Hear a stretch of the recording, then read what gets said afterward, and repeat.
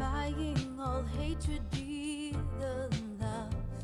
Beyond toleration, be the love. Before pride and exaltation, be the love. Be the love.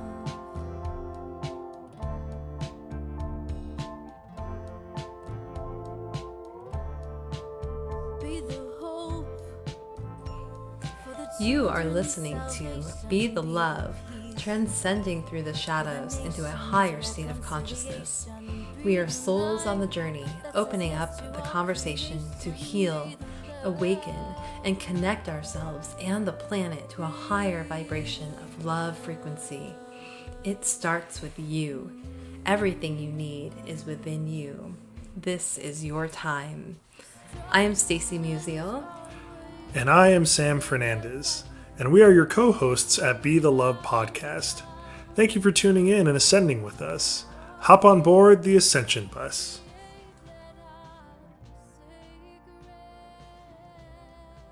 Hello and welcome to another episode of Be the Love, transcending through the shadows. My name is Stacy Musial. And I am Sam Fernandez. And we are your co-hosts and souls on the journey. And right now, I'd just like to invite you to get centered with us. And if it feels safe for you to just take a deep breath in through your nose and out through your mouth, and just letting go of anything that is no longer serving you in this moment. And just take another deep breath in through your nose and out through your mouth, just feeling centered and grounded and just feeling your body as a whole in this now moment. And just take another deep breath in through your nose and out through your mouth, just letting go of any extra tension and just staying connected in this moment. And remember, you always have your breath to come back to. Today we have Gila Nehemia, who is an intuitive divine channel. She has dedicated her life from a young age to sharing her light through her poetry, books, videos, and conscious collaboration. She channels her words from source to heal, guide, and open up the creative gifts to transform lives and raise human consciousness. As a shamanic healer, Gila channels through nature and utilizes its inherent healing properties to heal herself, clients, and loved ones. She holds a certification as a sacred circle facilitator and provides support and divine transmissions.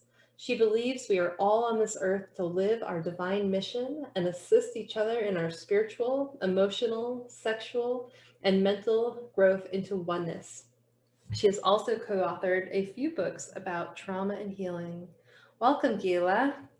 It's so wonderful to have you with us today.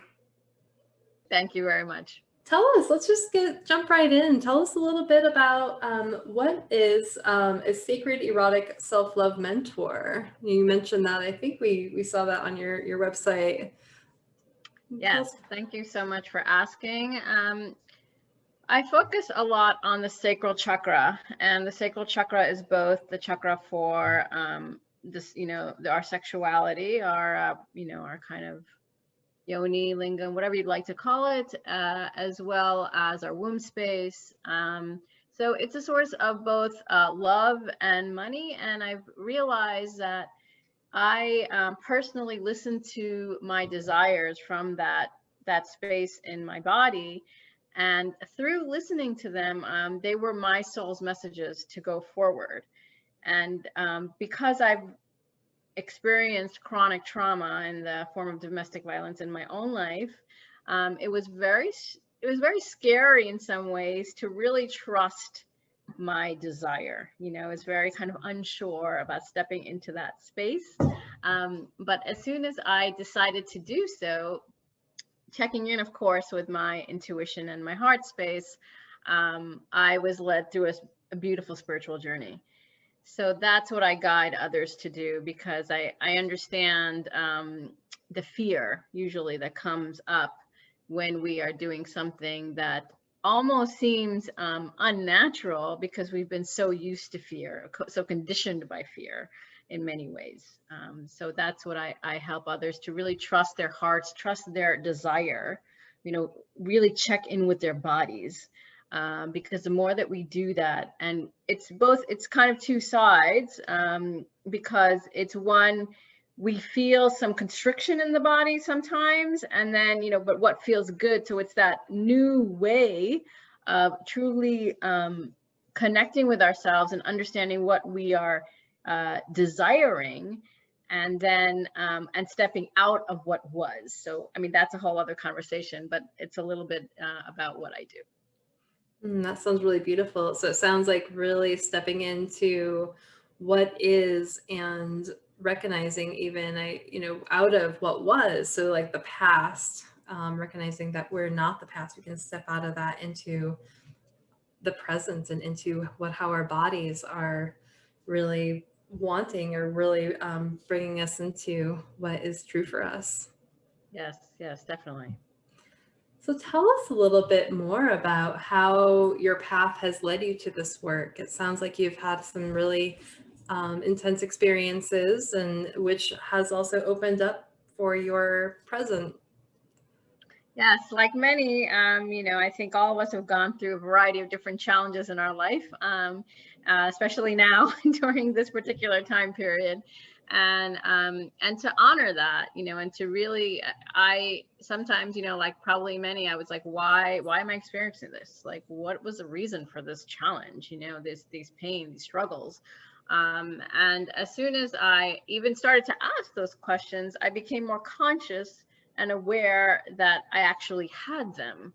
I think much of my life I was somewhat sleeping. I was just like, okay, another challenge, fine. I'm up for the challenge, but I wasn't really thinking about it. I wasn't, even healing. I was just kind of trained to, okay, you move to the next thing. Somebody passed away. All right, what's next? And I don't think, at least when I was younger, there was time for that. That we weren't in the same time period, thank God in some ways, because now there's so many healers that I can connect with. And at that time, there were therapists, but they weren't quite the same. There weren't energy workers, or nobody talked to me about energy. Though, thankfully my parents, my father was very spiritual. He had a lot of like Edgar Cayce books, numerology, yoga, all sorts of things, but I didn't understand what that was. But going back to the challenges, it was only until recently, it was actually about 3 years ago, when I've had a lot of problems with relationships in my life. And when I finally said, I'm done, I'm just done with this particular pattern, I finally realized I was going through a pattern that wasn't working for me. And I have 3 children. So I was like, it's not working for us. And I just surrendered. I just, completely, I didn't know what to do. I numbed myself with alcohol and drugs for many years, in and out, and took it to such a point where I knew that if I continued this trajectory, my parents died when I was young. I didn't want to be my children to, not have parents, because their father had passed away. So I was just like, I have to change, and didn't even know what it was. But deep in my heart, or, perhaps in my sacral chakra, I knew. And that's what came out almost involuntarily. I just wanted love. I wanted true love. I wanted something to change. And that was the beginning of everything. That sounds really beautiful. So tell us a little bit more about just the work you've done with your sacral chakra, and what you've noticed and what has come from that. Thank you. Yeah, sure. The primary work that I've done is to, number one, to trust my womb space, to trust what it's saying to me, and to understand that it has so much information that it's like emanating to me all the time. My body, I think everyone's body does. And I've always been attuned to my body. I was a dancer, and I was always very attuned. I think actually that's how I was thriving even in challenging situations, because I knew how to release through the body, even if it was unconscious. I knew that's what I needed. So I did a lot of healing with that. I went to like, orgasmic manifestation classes. I went to retreats with other women to just really connect to the womb space, it really helped me to let go of my fears and to connect to my own intuition and my heart, because I knew deep down what was going to happen. I had this knowing, and I think everyone has like a superpower. And some people might be in their heart, some people might be somewhere else, or some, and I truly feel all of us have a knowing. It's just a matter of how do you tap into that. So I went through a variety of different channels, spiritual healers, Reiki masters, I had all sorts of, and a lot of mentors. Had a lot of personal coaches to really just hone in. I had an energy mentor that, would help me to release blocks. She had a special, gift to do that. And I was very intense about it. I mean, I spent a lot of money on myself because when I finally found what was working, I was like, I'm doing everything to get rid of what's not working. I don't care if I'm like bankrupt, what's most important is that, emotionally I'm healthy. Because on a very, it was very important to me, my parents had passed away, and when they had, and then my husband, and obviously there was 3 important people in my life. So that was also a pattern. And I didn't believe that, I don't believe in like just disease comes to you. Disease it's a dis-ease, right? There's something wrong inside. And my theory, and it's been proven that, emotions stuffed inside your body usually will come out in ways such as that. So that it was very important to me that through the sacral chakra, it helped me to open all my chakras and to focus on that was the calling. And nature really helped me too, because nature is just, it is, right? It just, you don't need to say anything. It's just so beautiful. And just being in nature was very soothing for me, and also gave me messages. So it was a combination of a lot of different things, but the beginning was through eroticism, following my guidance with another soul. And it just opened up a whole, all this light, both inside of us and around us. So you mentioned that just like stuffing the feelings down, and and I'm wondering, I'd love to explore that concept, because I think there's so many people that we get caught in these traps of stuffing our emotions down, not listening to what's coming up for us, and we wonder why we're so sick, right? Because 80 to 90% of all disease, well, they're saying more like 95%. I've seen some statistics where 95% are, all lifestyle. It's the epigenetics, right? And so that is all stress related, and all those stress from the emotions being stuffed down. So I'm wondering if we can, maybe explore that, how trauma is stored in the cells, and the, in the emotional, and how they create the emotional, mental paths that we are seeing. Yeah, that's a great question. I've recently been trying to remember his name, Bessel van der Kolk, I believe. He wrote this wonderful book. Keeps the score. Yeah, exactly. Yes. Excellent. And he's a medical doctor. So that is great, because I love when I, get introduced to scientists or medical doctors who are no longer following the status quo and actually doing studies where they're seeing people. He did both chronic trauma and one-time trauma. And there's a difference, because the one-time trauma, you could take like, I don't know, EMDR, like certain things, to actually help you to get through it. And then you're healed, like you let go of that. But then with the chronic, it's systemic, because it's happening over time. So it's not just like, okay, maybe you had one car accident, and then you were able to do some healing and you let go of that. You're not afraid anymore. You can get in the car. But and also with chronic trauma, I've seen, in certain ways, it's generational. It's not just, okay, in my experience with my husband, but I don't know what happened in the intimate relations of all of my generations. But I wouldn't be surprised if there were levels of that. Because nothing happens by accident. So in any case, there are many authors who've written about this using meditation, using yoga, because the movement is so important because it's stored in the cells. And I've noticed that with my own clients. We'd be talking like this, it's still not working. I mean, we definitely do a lot of things in a short time, but I've noticed now I'm using movement, not just by themselves, but in the sessions. And they just feel better. They become more open. We do breath work. I'm going to actually even start to include tapping, because it's this, I have entrepreneurs who are in my group, and still they feel like they, even if they have people coming in, there's still some resistance. Where does that lie? I was even thinking about money today, and it's still fear of security. Where does that come from? It's not about, people have enough, they're obviously living in a house, they have internet, but it's this feeling of, I'm going to lose everything. And I believe that it is because of the trauma still inside, that we cannot still take that leap. Like it can happen for us. We can make it. Mm. So it's, again, really the focus of it is reprogramming the subconscious mind, which is why I use writing and words, because through that, even tapping works through words. We're tapping on the point. We're using words to accept, and then to reprogram to say a new reality.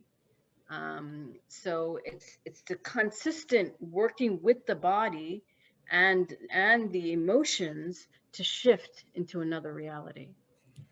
Thank you for sharing that. Tell us a little bit more about how you work with clients through writing and what you've noticed around, what that process looks like, and how you've been able to help people with that. Yeah, there's a lot of things. The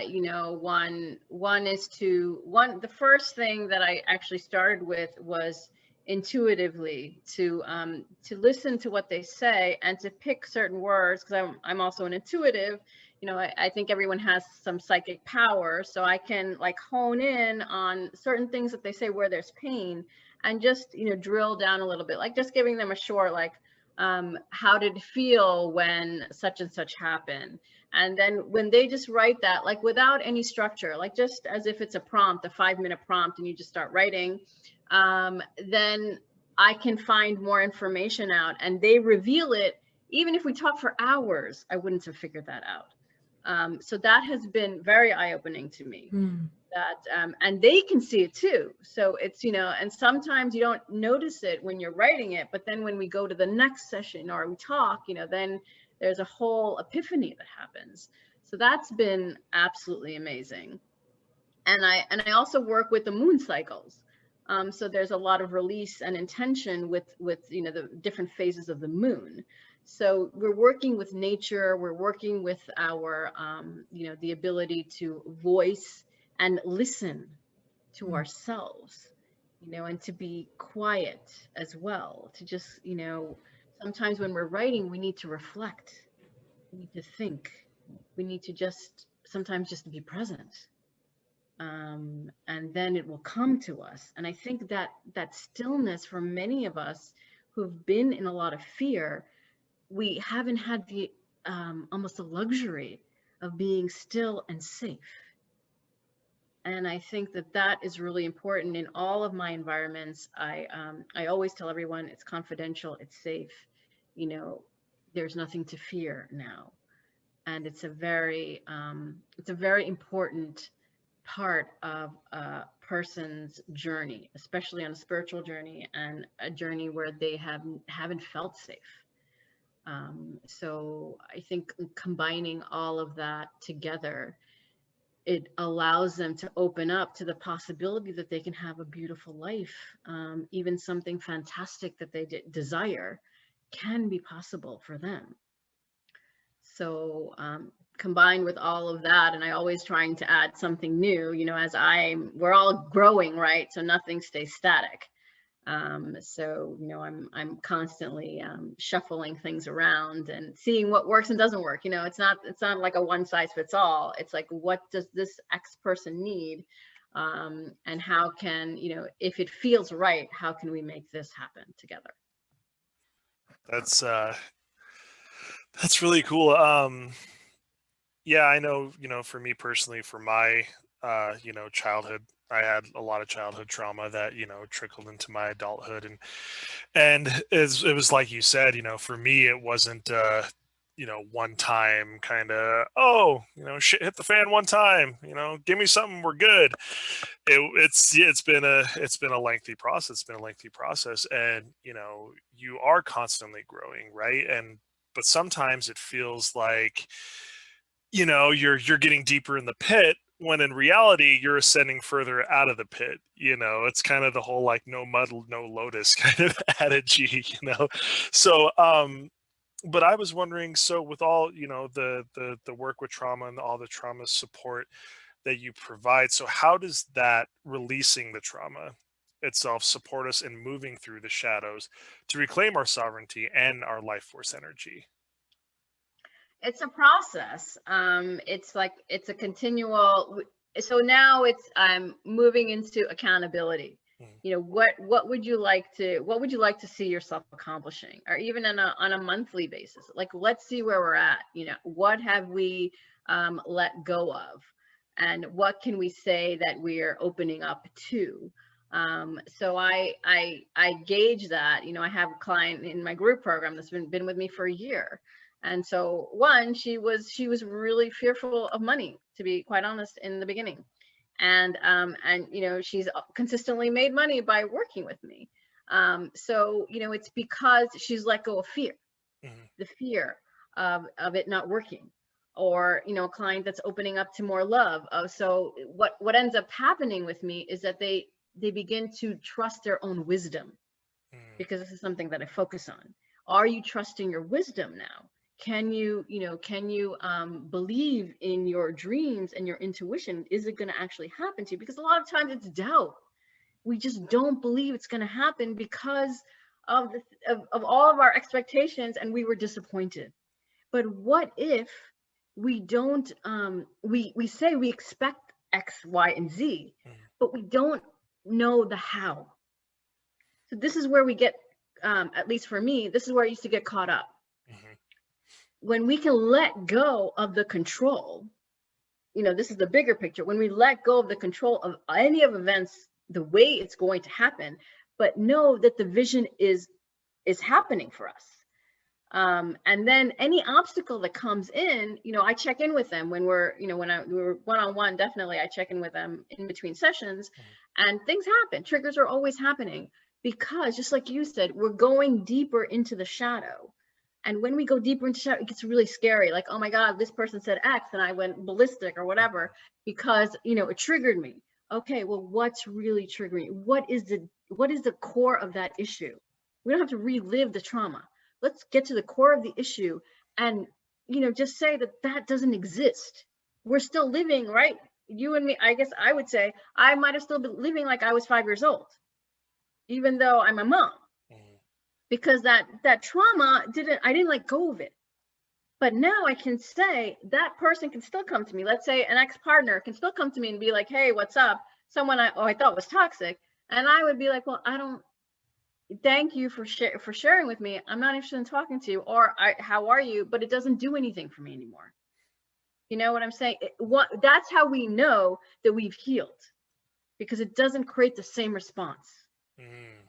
Okay. Yeah, and yeah, I definitely understand that. And one thing that you did say that kind of hit me pretty hard is the separation of trauma versus reality.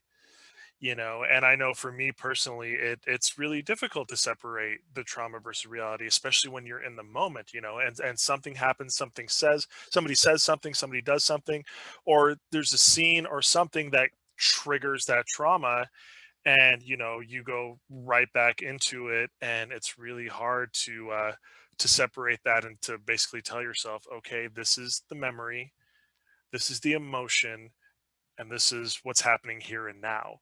So can you give like any like pointers on how maybe we could start kind of differentiating the trauma from the now? Yeah, I would say I used to do something about moving from pain to love. I was actually looking at that before we started. And one, I would say, you know what, sometimes it's hard to take yourself observe when you're in the situation.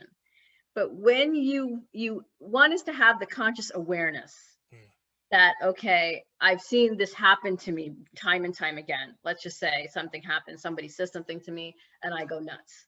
My kids, for example, I think that's a very easy example for anyone who is a parent. Sometimes if they do something, they're not doing it the way I want to, and I just start screaming. And then we have a conversation like, oh, I really don't like when you scream. Oh, I really shouldn't have done that. You know, and then to be, you know, have a conversation. Okay, I wish, you know, blah, blah, blah. I wish you could do X. And then I have to think about, okay, why am I getting angry? Because I'm trying to control them. So what if I don't control them? What if I just allow it to happen on its own and talk in a normal voice and ask them kindly? And so it's actually being conscious and then beginning to shift the behavior.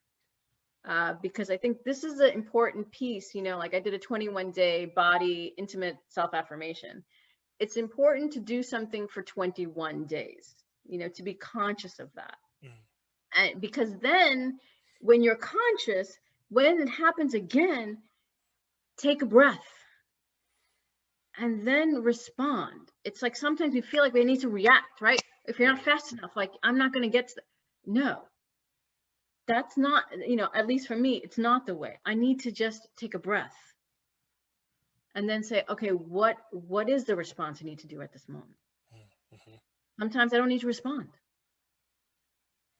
The only way I stopped like getting into that, continuing the toxic relationship I had was to say nothing. Then there was nothing for the person to work with. So actually I would say even before being conscious is just to stop, just to take a breath. It helps to create awareness. And when you have that awareness, then you can decide, how do I want to respond?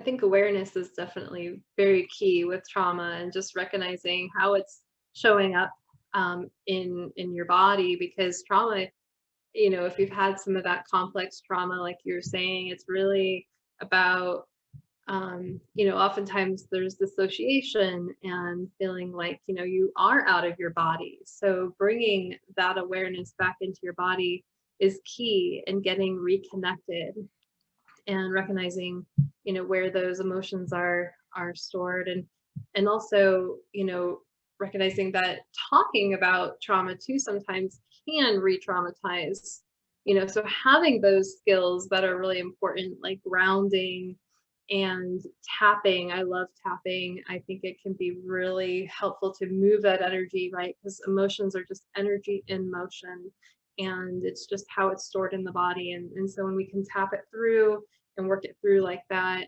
doing some of those other things, it can help to really balance the brain. And when you are in that place of trauma and you've been triggered by something, you know, really recognizing, taking the time to do something like bilateral stimulation. You mentioned EMDR earlier. I wouldn't recommend doing EMDR on yourself, but you know, I think you having a trained professional. But if you go for a walk outside, walking can create bilateral stimulation, because when you're in trauma, your emotional center of your brain is overactivated. And it's important to connect your logical side of the brain with the emotional side, and walking can help with that. So can, like, you know, pattern interrupts, you know, maybe splashing water on your face or jumping up and down, doing jumping jacks will create a similar experience. So recognizing, so when you do go into that trauma place, yeah, definitely bringing it back to your body and doing what you can to help balance the brain again. So yeah, I'd also add that I find that stepping into maybe this is a jump, but stepping into things that make you feel good is very it's very soothing, it's comforting, and you don't have to rely on someone else to give it to you. And that helps you to move out of things that you don't want into what you do want. And so that's a big part of my work is self-pleasure. Because the more we can give ourselves pleasure and really, like, even if it's just a cup of tea, you know, I need a cup of tea now, you know, because that's my de-stress or whatever it is, or taking a walk out in nature. I mean, that's really beautiful. And that will, then it clears your mind, and then you seek more pleasurable moments rather than the other.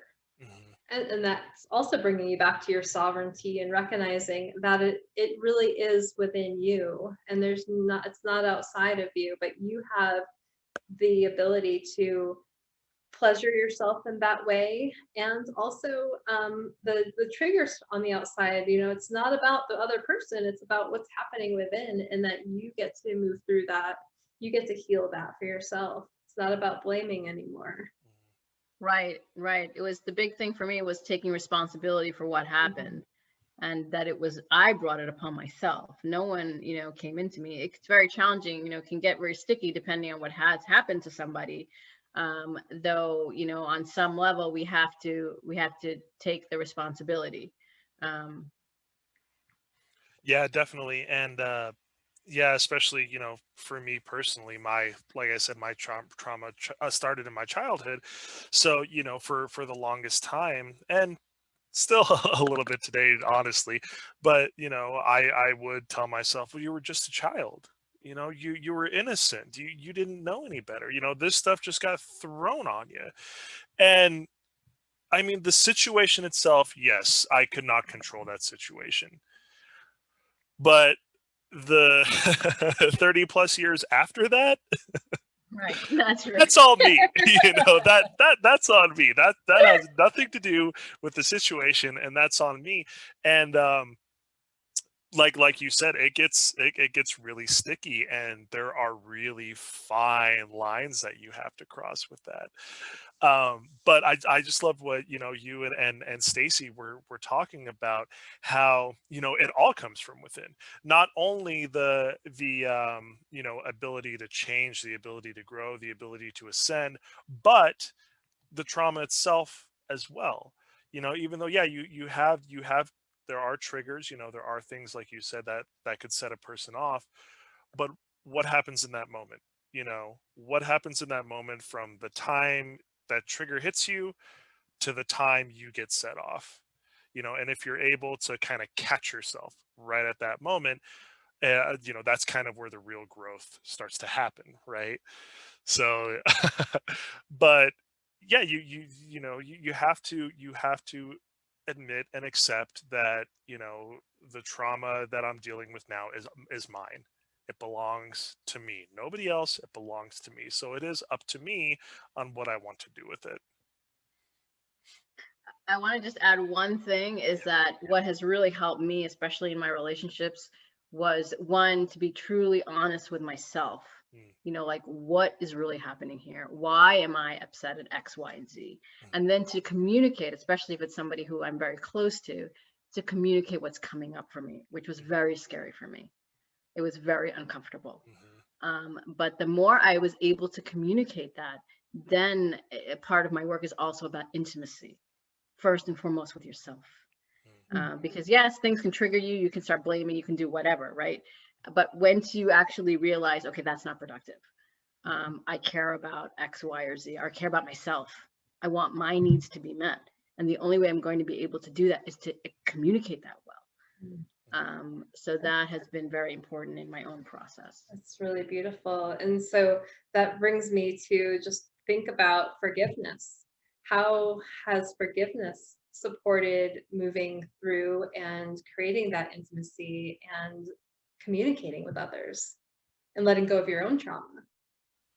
Forgiveness was huge. I read a book by Colin Tipping, Radical Forgiveness, and that really shifted me in a huge way. I was recommending it. I still recommend it to all my clients, because in the book he gives you 3 letters to write to your perpetrator. You know, and it could be multiple, but you know, you start with one. And that allowed me to totally let go of any rage I had actually even opened up the rage. You know, sometimes we suppress the rage, but until you let it go, you're still kind of controlling that, you know, to kind of like say, okay, that's not how I need to respond. But when you allow yourself to just open the emotion, that's the release. And then it's the learning. And so I believe, like he said, that I was brought to earth, and my soul was brought here to live this challenging experience, to come and help others, to heal generations, you know, to all of the things that I'm doing right now. I was meant to experience it. I accept that. So that it was very big for me to deal with forgiveness, and it's constant as well. Yeah, that sounds, I mean, really beautiful. And you know, again, bringing it back to the self, right? Forgiveness isn't about the other person. It's about what's happening for you and opening up to that.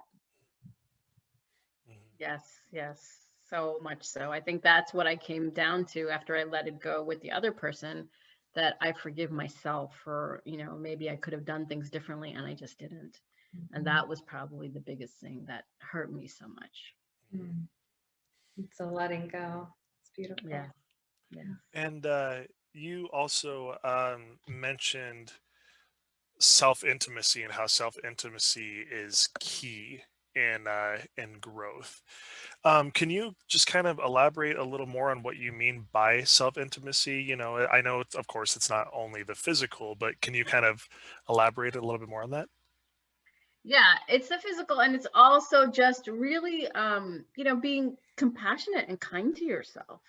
You know, and you know, really kind of seeing yourself. You know, so much of us wants to be seen and heard, and are we giving ourselves the time to really get to know who we are? I believe we're millions of beings inside of ourselves. You know, we can actually never get bored if we truly connect within.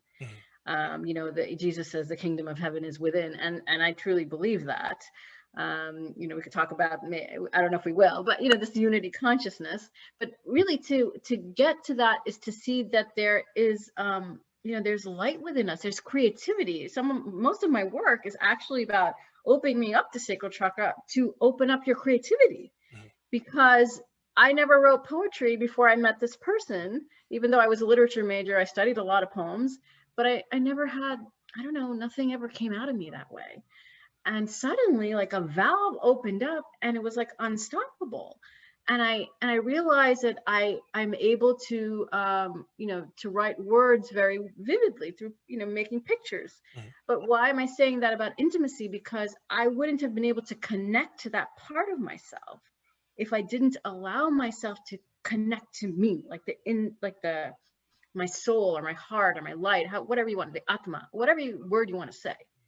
And I don't believe that we can get there until we release a lot of the stuff that's holding us back from seeing the true, you know, our true divinity. And that, I feel, only comes with intimacy of the self. That's absolutely beautiful. And so, yeah, kind of in line with that, how has your deepest challenges open up to your soul's alignment, your soul's purpose? I guess that what I would say to that is that once I knew what the vision was, and I had a somewhat of a clear vision, I allowed myself to surrender, and that brought about a lot of challenges in my life. You know, it's almost like your deepest fears, or for me, it was my deepest fear starting to manifest, because I you know, it's almost like you can't control it, right? What you think is what happens. So as that occurred, I would just kind of be with it, whether it was finances or, you know, being afraid that my relationship was going to end or whatever it was, you know, I just allowed it. And I finally was just like, okay, if this isn't for me, take it away from me. And if it is, it is. And, you know, I love Eckhart Tolle. It's just to stay in the present moment, to be still. And that's, you know, that's what I would do. And that allowed me to step further into my power, step further into my message. And even if I was afraid, because it's steps, right? We're doing just steps.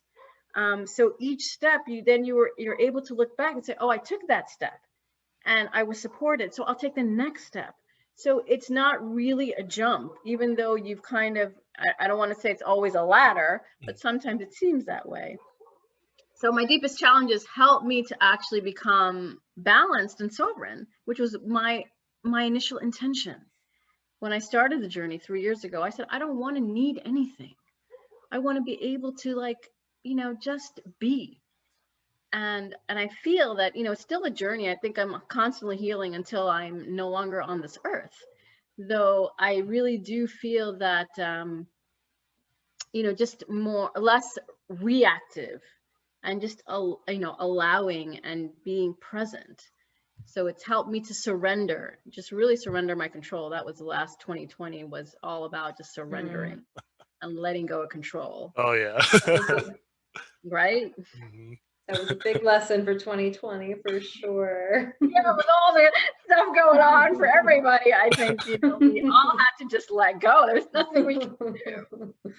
Surrender to it all. And Yes. And even I was on a different life path trajectory for a while, and then 2020 switched everything, and it's like, nope, this is the way you're going, and this is, I've been following it, and everything has been flowing, and it's been in pure joy, and and once I surrendered to it, things just became easy. Right, not easy, but they definitely easier. I think there wasn't as much resistance anymore. Yes, They're really opening up to that. Right. And I like the word flow, because that's really, I read this book by Drive, I forgot, Daniel Pink, a long time ago, many years ago, over 20 years ago maybe. And he said it so well. I don't know if you know this guy, he's I can't even pronounce his name. He talks about flow. And I feel like if it's almost like meditation, like when you're doing art, you're in a meditation. And if we can live our lives like that, like constantly, like just being, nothing else, we just are, then everything does flow, because nothing moves us. And it's hard. I'm not saying it's, it's hard for everybody, I think, or maybe some people find it easy, but the more that we could step into that more parts of our day, then I think that we know how to get back to it when we're not in the state. And I love the word flow too. I mean, it's has so many meanings, or it could just mean one thing. It's such a cool word. And you did mention a little bit ago how you help your patients heal through movement, right? And I do know on your website, on your bio, that you did mention your father and how he was, a very spiritual man, and he actually kind of taught you how to, move through divine song and dance. And I know for me, and I also know for Stacy, that song, dance, movement, that's really big in both of our spiritual lives. So can you tell us a little bit more about that divine song and dance, and what he taught you and what you still do now? Sure. Thanks for sharing that. So my father, I consider him as like a bhakti yogi. He was from India. My parents came from India, in the south of India. And satsang or kirtan was very popular in my household, since I was a baby. So we were always singing with lots of people. And he had a voice that was like, would shake the place. People still remember him. He's passed away a long time ago, when I was like 16.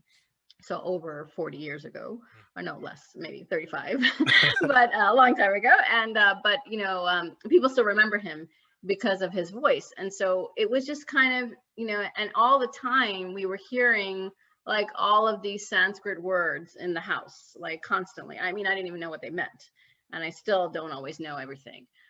But it was always around me. And then, usually the girls of my age would go into dance. And then I learned South Indian classical dance. But I didn't realize, and I also learned classical music to sing. But what I just realized recently, when I went to India with my kids, we went to 6 months, we went traveling from the south to the north. And we stayed in an ashram for a little while. And I realized that all of the things that I learned, the art forms, connected to, was part of yoga. Because actually singing, all the notes, both in Western and Eastern cultures, are actually connected to the 7 chakras. And I never knew that, and also the kind of poses that I used to do, like it's all connected. And I was like, wow, that really makes sense then, that we were still like, we're releasing blockages as we're doing this. But I just didn't have any idea. I didn't put it together. And he was, he was very into this higher consciousness, though, he was still living in this world, still living with a lot of generational baggage. And I think it was very challenging for people in his generation, coming from another country. I mean, it's a whole long story, but I think that just being in that kind of atmosphere now, I appreciate it, that I didn't understand at that time.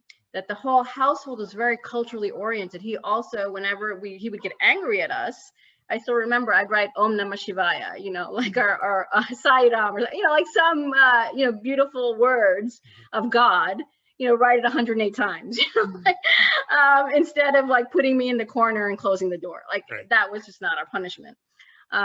So, he was totally, like celebrated writing and celebrated music and art, and that helped me to also, and he also was very open to other religions. I then converted to Judaism. He no longer was alive, but I knew that my parents brought me up and there's just this one spirit. It doesn't matter what it's manifesting as a religion, but believe in this one, this light being, or however we want to call it now. So I think the art forms opened up into all of that, and so that was a gift I felt that he gave to all of us. That's beautiful. That's very beautiful. Thank you for sharing that. Very much so. And you also, and kind of going, just off that, piggybacking and what you mentioned earlier about unity consciousness. What are your thoughts on that? So my particular feelings about that is, it's love, it's what happened to me was connecting to my heart space, opening my heart to someone else and realizing it's not just about my heart and this other person, but it's about opening my heart to the world, to all beings, to life forms, that they're like, I have a client who talks to flowers, it's like when we can connect on any level.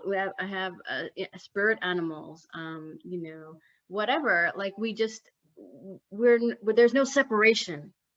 So that's what I feel. I think that I've always lived in duality. It's either good or bad. It's not working or it's working. What about it just is? We lose the words of extremes, and when we go into it just is, and we accept. I mean, it was a big part of my process, is to just accept what is and realize that whatever I'm desiring is also coming. So it's letting go of the resistance and allowing it to come by, by loving myself and allowing love to exist in my life. So I think the highest form, highest vibration, is joy or love. And when we can stay into that vibration, then we become, examples for others just in our presence. We don't need to say anything.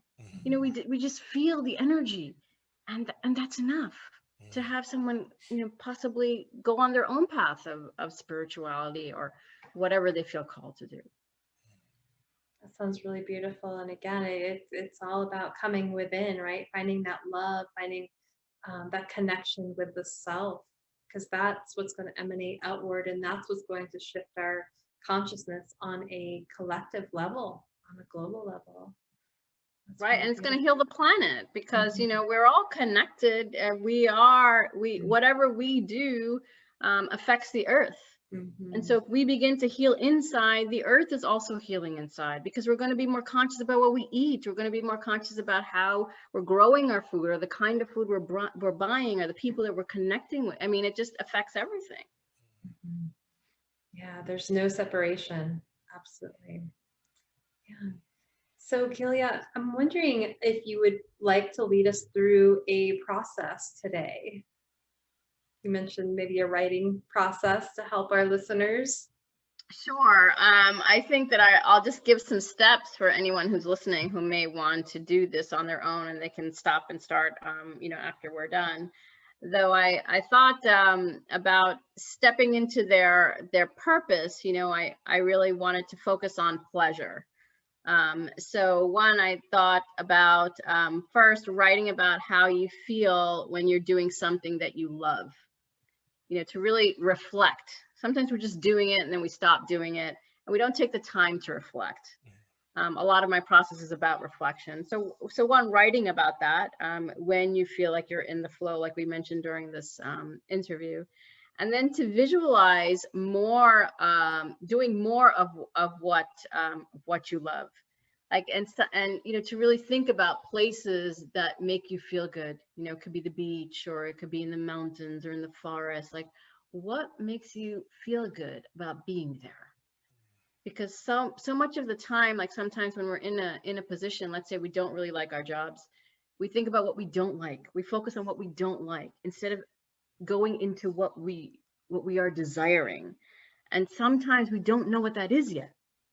So these are the kind of steps that if you have things that really it might be like baking bread makes you feel really good. Smelling the bread, I know it does for me, but smelling the bread, when it's baking also is like, it's exciting, how is it going to turn out, and you're using your hands as an extension of your heart. You need to do something tactile. So it's tapping into what it is important. Because then it can give you clues about what you are desiring to do. So again, reflecting upon that. And also sometimes if you're still not sure about what it is, writing a list of what you don't like, and then writing an opposite list. Because that will then help you identify, okay, I don't like going 9-to-5 jobs. All right, maybe you need more flexibility with your time. Like, where is it? That's the it's honing in on what is the challenge. Mm-hmm. So then you can move into openness and expansiveness. Mm-hmm.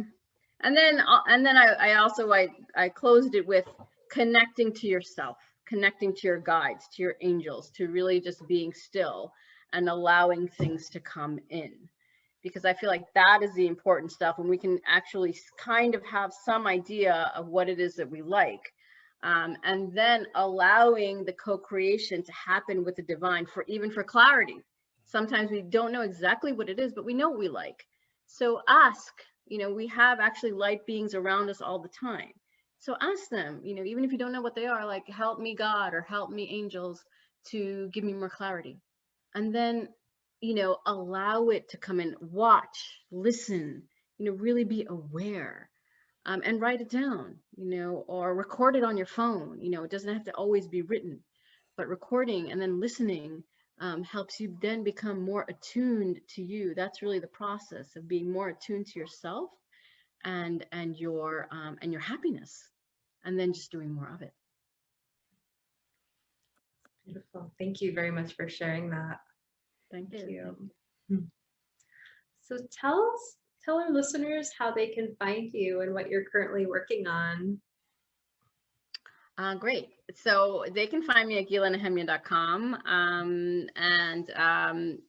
What I'm currently working on is I do have a new e-course that I just launched about 2 weeks ago, which is a DIY, like do-it-yourself e-course. It's called Words of Seduction. So I use pleasure, focus on pleasure, and ways to release from the body to just tap into more pleasure. And because it was so challenging for me to speak, I step into it's 4 modules, but they're really concentrated in 2 modules in the middle. And then the second part of that is expressing your desire to a possible love interest, or even just to yourself. Because the more that we become honest and real with what it is that we're desiring, that's how we manifest it. So that is coming out, or that's out right on my website, that they can access. That they'll, once they send the payment, then the link gets sent to them. And the other thing that's coming out in a month or so is my poetry book. I'm finally publishing that, and I'm very excited about that. And it contains nature, self and erotic poetry, as well as spiritual poems.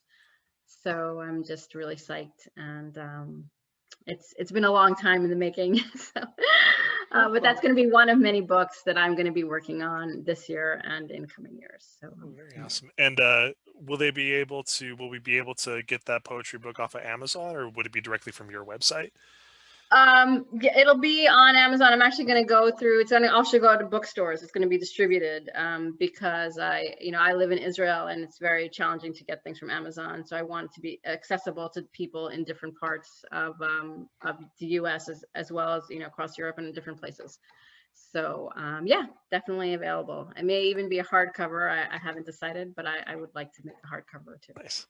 Wonderful. You'll have to send us the link and we'll put that in the show notes for people to have access to. All right. I love that. Thank you. Absolutely.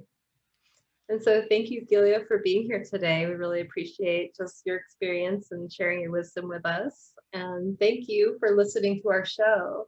Stay tuned for more episodes being released on Mondays at 5:55 Mountain Standard Time. And until next time, love yourself, love each other, and love the world. And if you like this show, share the love by sharing it with your friends. Love you guys. Love you guys. Take care. We'll talk to you later. Bye. Bye. Thank you, Heather Lynn, for providing us with your beautiful song to accompany our show, Be the Love. If you would like to learn more about Heather Lynn and her music, please visit her website at heatherlynnmusic.com. And thank you, Chrissy Grace at Leading Edge Productions, for the beautiful design and graphics. And thank you for tuning in. And until next time, we are souls on the journey. And thank you for hopping on the Ascension bus with us. And remember, there is always a seat for you.